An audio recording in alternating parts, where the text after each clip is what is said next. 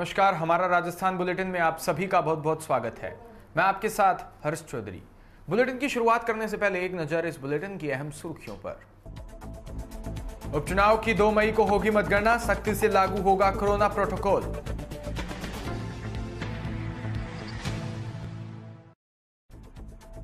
विधायक राजपुरोहित ने किया कोविड सेंटर का निरीक्षण।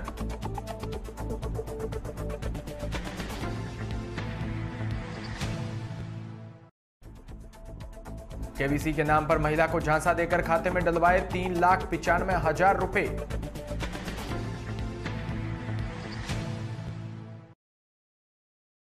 और अब खबरें विस्तार से।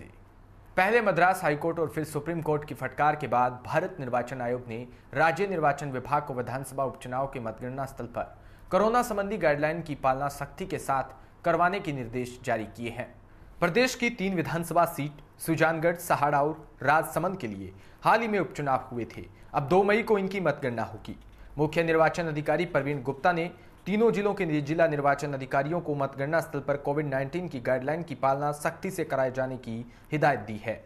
इसके तहत डबल वैक्सीन प्रमाण पत्र या आरटी-पीसीआर टेस्ट की नेगेटिव रिपोर्ट देने पर ही मतगणना स्थल पर प्रवेश दिया जाएगा। मतगणना 2 मई को सुबह 8 बजे शुरू होगी। मतगणना के बाद किसी भी तरह के विजय जुलूस निकालने पर पाबंदी रहेगी। मुख्य निर्वाचन अधिकारी प्रवीण गुप्ता ने बताया कि 2 मई को सुबह 8 बजे होने वाली विधानसभा उपचुनावों की मतगणना के दौरान कोरोना संबंधी सभी दिशा निर्देशों को कड़ाई से पालना की जाएगी। वैश्विक जगत में कोहराम मचा रही कोरोना महामारी को लेकर जालोर के आहोर विधायक छगन सिंह राजपुरोहित ने कोविड सेंटर लेटा का दौरा कर निरीक्षण किया। तो वहीं कोविड मरीजों का हाल जानकर कुशल क्षेम पूछी। विधायक राजपुरोहित ने कोविड मरीजों को आत्मविश्वास दिलाते हुए कहा कि आपको कोरोना से घबराना नहीं और चिकित्सकों की सलाह के अनुसार इलाज लें व शरीर की रोग प्रतिरोधक क्षमता बढ़ने के लिए नित्य व्यायाम योग करें। और विधायक छगन सिंह राजपुरोहित ने कहा कि कोविड मरीजों की अगर कोई भी समस्या आए तो मुझे व चिकित्सा कर्मियों को जरूर अवगत करवाएं। तत्पश्चात विधायक छगन सिंह राजपुरोहित व भामाशाह पुरुषोत्तम सैनी ने कोविड सेंटर लेटा में भोजन किट वितरित किया।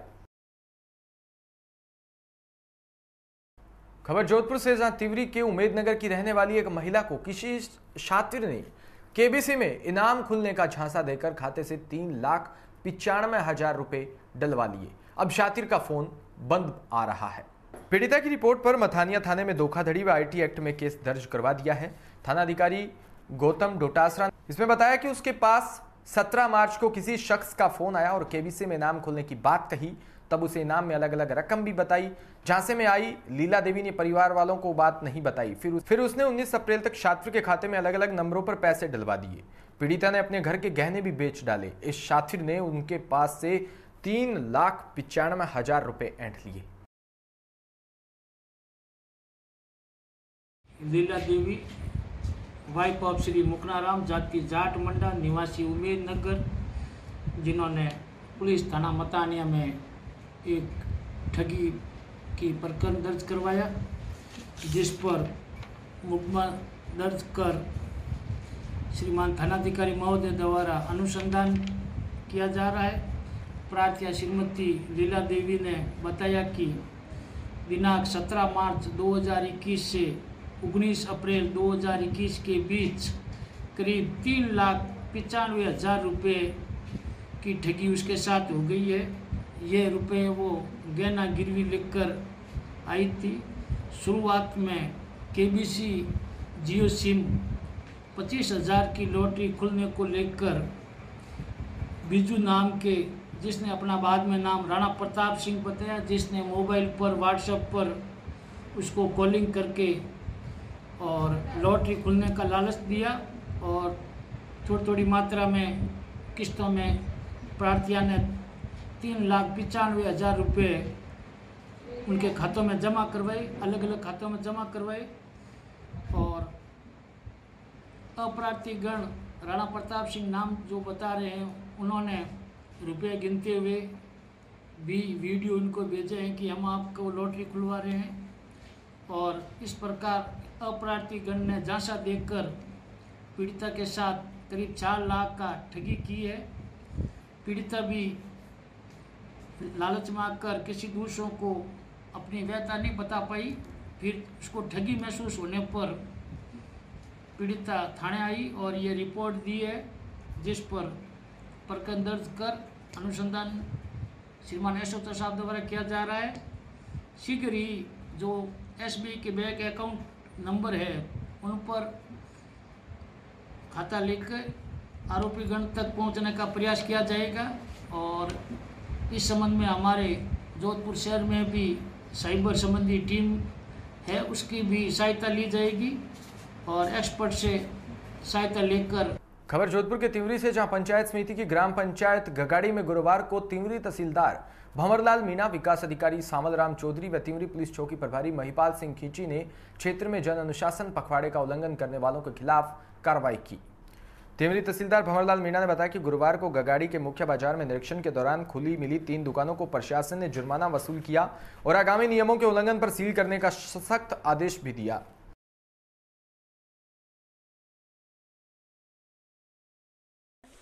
में सारा प्रोपराइटर है जिनको भी गाइडलाइन के अनुसार कपड़े की दुकान खोलनी नहीं है, ये खुली पाई गई और अनियमितता है, इनको 5 लाख जुर्माना किया और भविष्य हिदायत दी गई और अगर पुनः करेंगे तो दुकान को सीज किया जाएगा। ठीक है। पावटा की नगरपालिका की टीम ने 9 दुकानदारों के व प्रागपुरा ने 20 चालान व 1 बाइक की जब्त कर ली है। राज्य सरकार द्वारा चलाए जा रहे जन अनुशासन पखवाड़े के तहत कोरोना गाइडलाइन की पालना को लेकर स्थानीय नगर पालिका मंडल की कार्रवाई बुधवार को भी जारी रही।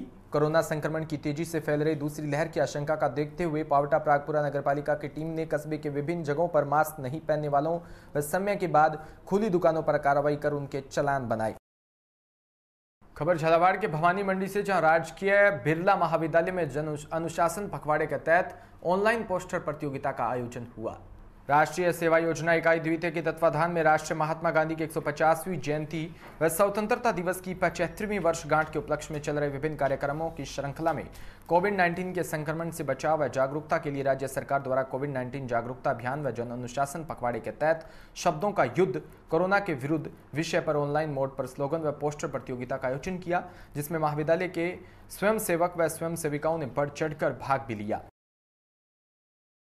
टोंक के उनियारा का कोर्ट गेट के पास देव कम्प्लेक्स कटला बाजार में एसडीएम रजनी मीणा, पुलिस उपाधीक्षक प्रदीप गोयल व थाना प्रभारी राधा कृष्ण व मीणा व नगर पालिका ने एक बड़ी कार्रवाई की। अग्रिम आदेश तक के लिए 6 दुकानों को सीज कर दिया। एक दुकान का शटर बंद करके आधे घंटे तक प्रशासन द्वारा कार्रवाई होने तक ग्राहकों को लेकर बैठा हुआ था। दुकान के अंदर एसडीएम व पुलिस को जानकारी मिलने पर ग्राहकों व दुकानदारों के चालान भी काटे। प्रशासन व पुलिस द्वारा कार्रवाई से कस्बे में दुकानदारों में हड़कंप मच गया। कटला बाजार में दुकानदारों को दुकान बंद करने व ग्राहकों के सामान देना महंगा पड़ गया, जब अचानक रजनी मीणा, पुलिस उपाध्यक्ष प्रदीप गोयल, थाना प्रभारी राधा किशन मीणा जाब्ते के साथ नगरपालिका कर्मचारी कटला बाजार में पहुंचे तो कई दुकानदार छतों पर कपड़े बेचते नजर आए, तो कई दुकानदार शटर बंद करके ग्राहकों को सामान देते मिले। एसडीएम रजनी मीणा व पुलिस उपाध्यक्ष प्रदीप गोयल ने नाराजगी व्यक्त करते हुए दुकानों के शटर को बजाया व ग्राहकों को बाहर निकाला तो दंग रह गए, क्योंकि दुकानदार कई ग्राहकों को अंदर बैठाकर सामान देते मिले, जिनको बाहर निकालकर दुकानों को सीज किया व चालान भी किया। वहीं कार्रवाई समाप्त होने पर एसडीएम को सूचना मिली कि एक दुकान के अंदर अभी भी ग्राहक है, तो दुकान को खोला तो 4-5 युवक कपड़े खरीदते मिले, जिस पर एसडीएम व पुलिस ने दुकानदारों को लताड़ लगाते हुए कहा कि अंधेरे में यदि कोई बात हो जाती तो इसका जिम्मेदार कौन था। पुलिस ने दुकानदारों और ग्राहकों के चालान बनाकर दुकान को सीज कर दिया। पुलिस प्रशासन द्वारा दुकान सीज की कार्रवाई करने की सूचना बाजार में फैलने पर दुकानदारों में एक हड़कंप सा मच गया।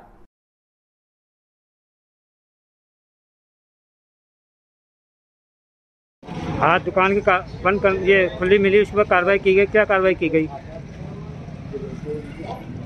जिला कलेक्टर के आदेशानुसार और सरकार की जो गाइडलाइन है अभी कोविड के संदर्भ में, उसकी पालना के लिए आकस्मिक निरीक्षण हमारे द्वारा और पुलिस और प्रशासन दोनों के द्वारा साथ में किया गया।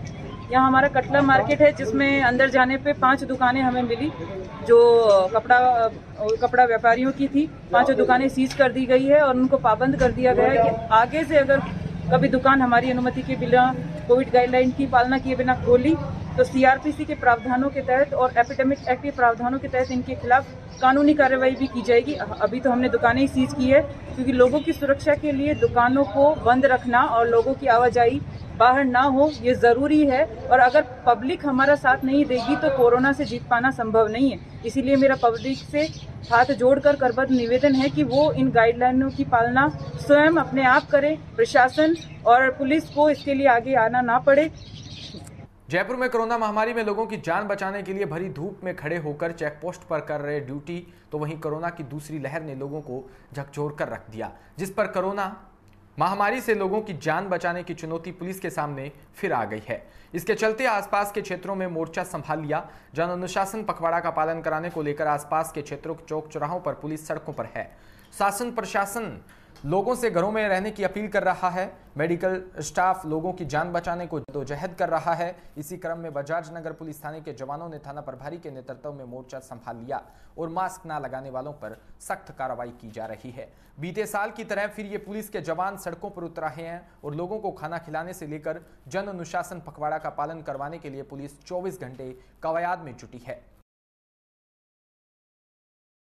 सूरतगढ़ थर्मल के निकटवर्ती ग्राम पंचायत भोजेवाला के गांव कानौर में उप स्वास्थ्य केंद्र पर आज कोविड-19 वैक्सीन टीकाकरण का आयोजन हुआ। इस दौरान गांव के 45 वर्ष के ऊपर के लोगों को कोविड-19 वैक्सीन लगाया जा रहा है। एएनएम संतोष ने बताया कि उप स्वास्थ्य के कानौर में कुल 100 कोविड-19 वैक्सीन की डोज मिली है और आवश्यकता होने पर और भी वैक्सीन लोगों को उपलब्ध करवाई जाएगी। गौरतलब है कि ग्राम पंचायत भोजेवाला में अब तक 2 लोगों की रिपोर्ट कोरोना पॉजिटिव आई है। इसके लिए चिकित्सा प्रशासन द्वारा एहतियात के तौर पर लोगों को कोविड वैक्सीनेशन करवाया जा रहा है ताकि लोग संक्रमण से बचे। खबर बीकानेर के कोलायत से, जहां हिरण का शिकार वन विभाग और जीव प्रेमियों ने पीछा किया। हवा में फायर कर गाड़ी छोड़कर भाग निकले। वहीं वन विभाग ने कोलायत में 4 नामजद अधिकारियों पर केस दर्ज करवाया है। उपखंड क्षेत्र के कोलायत के खरिया पतावतान में शिकारियों ने चिंकारा हिरण का शिकार किया। जब शिकारी मांस को बेचने जा रहे थे उस समय वन विभाग की टीम और जीव रक्षा प्रेमियों ने शिकारियों की गाड़ी का पीछा किया, जिस पर शिकारियों ने हवा में एक फायर किया। इसको लेकर वन विभाग कोलायत में 4 नामजद अधिकारियों पर मामला दर्ज करवाया गया। वनपाल किशोर सिंह के अनुसार मूलाराम नायक ने बताया कि मंगलवार रात करीब 10 बजे आतंक शिकारी बाबूराम, उसके 2 पुत्र शेराराम और मूलाराम व मानाराम खारिया पतावतान की रोही में हिरण का शिकार किया। उसके बाद आरोपी उसे जीप में डालकर बाबूराम के घर ले गए, जहां आरोपियों ने हिरण का मांस अलग अलग बाल्टी में डालकर उसे बेचने के लिए रवाना हो गए। इस पर मूलाराम ने हेतराम बिश्नोई, संदीप बिश्नोई व अन्य जीव प्रेमियों को इसकी सूचना दी। वन विभाग की टीम व जीव प्रेमियों ने गाड़ी में आरोपियों का पीछा करने लगे, जिस पर बाबूराम ने जीप रोककर हवा में फायर किया। आरोपियों ने उदट रोड पर जीप छोड़कर भाग गए। वन विभाग की टीम ने जब जीप की तलाशी ली तो उसमें हिरण का मांस बरामद हुआ। वन विभाग की टीम ने बाबूराम के घर पर दबिश दी, परंतु वह मौके से फरार था।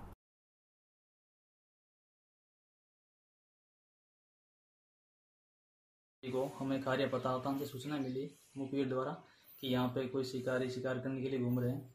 हम वहाँ पे मौके पे टीम लेके पहुँचे तो हमने शिकारियों का पीछा किया तो बीच रास्ते में शिकारी गाड़ी छोड़ के वहाँ से भाग गए। हमने देखा गाड़ी के अंदर कोई एक बाल्टी हीट से भरी हुई मिली है, उसमें एक हिरण की मुंडी है, जिससे पता चलता है कि हिरण का शिकार किया इन्होंने और वो मौके से फरार हो गए। उसके बाद में हमने उनके नामजद के खिलाफ मुकदमा दर्ज किया है और वाइल्ड लाइफ एक्ट के तहत उनके खिलाफ कार्रवाई की जा रही है और दोषियों को पकड़ने की पूरी कोशिश है और उनके खिलाफ सख्त कार्रवाई की जाएगी। खबर मकराना से, जहां शहर की टंकी चौराहे पर एक झोला छाप डॉक्टर की दुकान पर मकराना एसडीएम सैयद सिराज अली जेदी द्वारा बुधवार शाम को कार्रवाई को अंजाम दिया गया। इस दौरान मकराना तहसीलदार Dinesh Kumar Sharma, block CMHO doctor Narendra Chaudhary, सामुदायिक स्वास्थ्य केंद्र के चिकित्सा अधिकारी डॉक्टर शाहनवाज हुसैन सहित पुलिस जाब्ता मौजूद था। इस दौरान एसडीएम को शिकायत मिली थी कि टंकी चौराहे पर एक असीम कुमार सरदार नामक का डॉक्टर अवैध तरीके से अपने क्लिनिक चला रहा है, जिस पर एसडीएम अपनी टीम के साथ मौके पर पहुंचे और झोला छाप डॉक्टर से डिग्री मांगी तो उसने अपने मौखिक रूप में बताया कि वह बीएमएस है, लेकिन उसके पास में लिखित में कोई डिग्री मौजूद नहीं थी। मौके पर एलोपैथिक मेडिसिन भी मिली जो डॉक्टर दवाई लिखी जा रही थी। उस दौरान मौके पर मौजूद मरीजों के बयान भी लिए गए। एक मरीज जिस पर रेमडेसिविर इंजेक्शन का प्रयोग भी किया। ब्लॉक चिकित्सा अधिकारी द्वारा मेडिसिन जब्त भी करवाई गई और औषधि नियंत्रण अधिकारी को बुलाकर आगामी कार्रवाई संपादित करवाई जाएगी।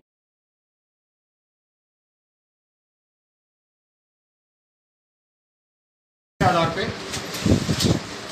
मैं एसडीएम मकराना, तहसीलदार मकराना के साथ डीसीएमओ मकराना श्री नरेंद्र चौधरी जी, मेडिकल ऑफिसर श्री शाहनवाज जी और पुलिस जाब्ते के साथ यहाँ पहुँचा। इनसे मौके पर डिग्री मांगी गई, उनके पास में डिग्री उपलब्ध नहीं हुई, लेकिन मौखिक वार्ता में उन्होंने बताया कि ये बीएमएस है और मौके पे यहाँ सभी जो एलोपैथी मेडिसिन हैं वो लिखी जा रही थी। हमने जो पेशेंट थे उनके बयान भी लिए हैं। एक पेशेंट हमें वो भी मिला जिसके ऊपर इन्होंने इंजेक्शन का प्रयोग किया था। अभी डीसीएमओ साहब गवर्नर की जब्ती की कार्रवाई कर रहे हैं और ड्रग इंस्पेक्टर को बुलवाया जाकर आगामी जो कार्रवाई है वो नियमानुसार वो संपादित की जाएगी। खबर राजधानी जयपुर से, जहां जयपुर के सामोद इलाके में बीती रात को कालू का बास गांव में एक युवक कुएं में गिर गया तो वहीं तेज धमाके की आवाज सुनकर आसपास के लोग इकट्ठे हुए। फिलहाल युवक की स्थिति में सुधार बताया जा रहा है। जानकारी के मुताबिक ग्राम पंचायत कालू का बास में टाकरडा निवासी बंटी नाम का एक युवक अपने ननिहाल में आया हुआ था, जो गर्मी के कारण इधर उधर टहल रहा था कि अचानक खुली मुंडेर के कुएं में गिर गया। कुएं में गिरने की धमाके की आवाज सुनकर लोग भागकर कुएं के पास गए तो युवक की टॉर्च आदि के माध्यम से देखा तो वो युवक कुएं में गिरा हुआ था। युवक को करीब 3 से 4 घंटे की कड़ी मशक्कत के बाद समाजसेवी रामलाल यादव ने कुएं में उतरकर युवक को सकुशल बाहर निकाला। करीब 80 से 90 फुट गहरे कुएं में गिरने से युवक को गंभीर घायल हो गया और प्राथमिक उपचार के बाद उसे जयपुर रेफर किया। सूचना पर सामो थाना SHO उमराव सिंह भी मौके पर पहुंचे और घटना की जानकारी ली।